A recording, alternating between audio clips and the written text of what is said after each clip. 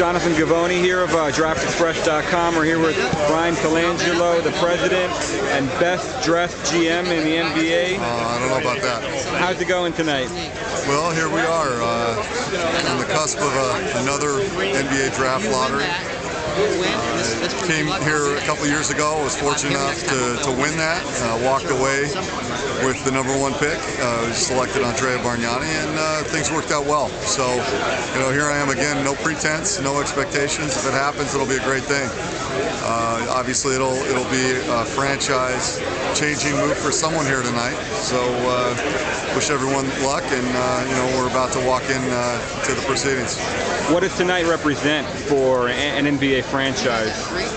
Well, I think there's always a little bit of hope there. You walk away with one of the top picks. Obviously, it can change your fortunes rather quickly. It depends on who that player is. The last time I won it, there was really an uncertain series of players there. There was no Shaquille O'Neal. There was no LeBron James. There was no clear #1 or consensus #1. But Bargnani was always the right pick for us. We felt that was the right thing. Third year into the league now, he's really coming around to be that kind of player. Brandon Roy turned out to be the real difference maker, and he ended up going 6th in the draft, if I'm not mistaken. So, decisions still need to be made. If you move up into the 1 spot, it's pretty obvious what happens tonight. You're getting a heck of a player, a heck of a talent, a guy who plays with a lot of tenacity, and a physical force. If you're at 2 and 3, things get a little cloudy already. And beyond 3, things get really murky as far as, what the draft order is. So I think, if we stay where we are or move down a spot, we'll be fine, because I like the 9th or 10th spot. And 9's been good to me. I've had a chance to draft Sean Marion there, had a chance to draft Amari Stoudemire there, and I know there's a whole host of other success stories there. So it's not a bad place for us to be, but someone here tonight is going to walk away with #1, and it will be a big difference in terms of changing the outlook for their franchise. Is it really that much of a no-brainer, though, that Griffin's going #1? There's teams like Sacramento, like Minnesota, like the Knicks that we're hearing could look at Ricky Rubio at #1 if they move up. Well, whoever's at #1 is going to have to make that decision. And yes, anything is possible. It's funny, I've still never said a name. You ended up putting a name on it, but I think it's pretty obviously there's a couple of players that can really help a franchise. There's also a lot of uncertainty around some of those players, contract buyouts and other things. So we'll see how it plays out. But I think the team that ends up in the #1 spot, or even at #2 or #3, they're going to have some decisions to make, and some I'm sure a lot of discussions with other teams. Maybe that's when some of those teams that are desperate for a certain type of player want to move up and make those trade conversations appropriate. And then you determine what you can do with your draft. But this is that time of year where everybody's looking at a slew of options. There's trade discussions. There's free agency on the horizon just past the draft, as you know.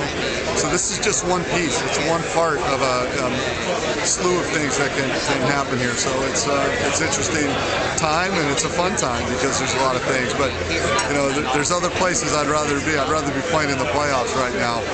And that's ultimately the goal, I'm sure, of everybody here tonight. Right. What do you guys need to do in order to not return to Secaucus next May? Well, I think we're already, if we finished the way we did, winning 9 of 13 with a healthy roster, with the knowledge of certain things that were very specific to the weaknesses that presented itself on our roster, I think it's pretty obvious that we can make some of those things, at least address those needs through trades, through free agency, and even in the draft with our pick. When healthy, assuming Sean Marion comes back, I think we're much better than a 33-win team, which is where we finished. Right. Jose's health was a huge part of us not being, right last year. And then you've got, the addition of, needing some depth at the backup point guard spot. I do think Roko Ukic is going to be a better point guard next year. After 1 year in the league, he's got the knowledge now, some of the things he's going to have to do to adjust his game and what he needs to work on to be more impactful. I could have said the same thing a few years back after Jose Calderon played his first year. He needed to make some adjustments, and he needed to go work on a few things, and he did. And he came back, and now he's our starting point guard, and arguably, one of the top 10 to 15 point guards in the league. So, there's some things there that I think with a healthy roster, we're already ahead of the game. With some of the tweaks and adjustments we can make to the roster based on some of the needs that we have, we can get ahead of the game and take that next step. So I'd like to think we're not far off from being outside of this room as we go into next season. Right. One last question for you. A lot of teams these days are looking at what's going on in the playoffs in terms of the defense that's being played, the toughness that's being showed, and we're hearing a lot of talk about changing the culture of a team, getting tougher, getting more aggressive.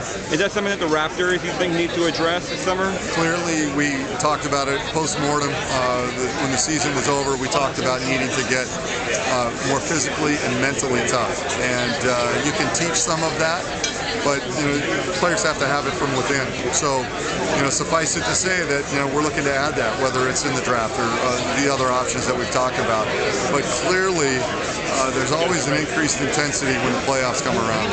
But you got to have people that can lock people down, and our perimeter defense has been shaky at best. One piece that could address that for us potentially is the possibility of bringing back Carlos Delfino. We have his rights as a restricted free agent, something that clearly have indicated we would like to do. When July 1st comes around, we'll be talking about a deal and trying to secure his rights, and pulling him out of a lucrative deal in Russia might not be the easiest thing, but we'll certainly work on that. And I think he brings some of that toughness that we're lacking, and perimeter defense as well. So I think that's a nice piece to start with.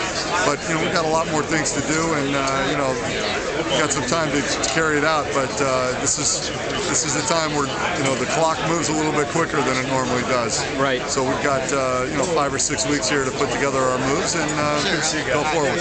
Bryan, you've been very gracious with your time. I really appreciate it, and best of luck here tonight, okay? Thanks, Jonathan. Thank you.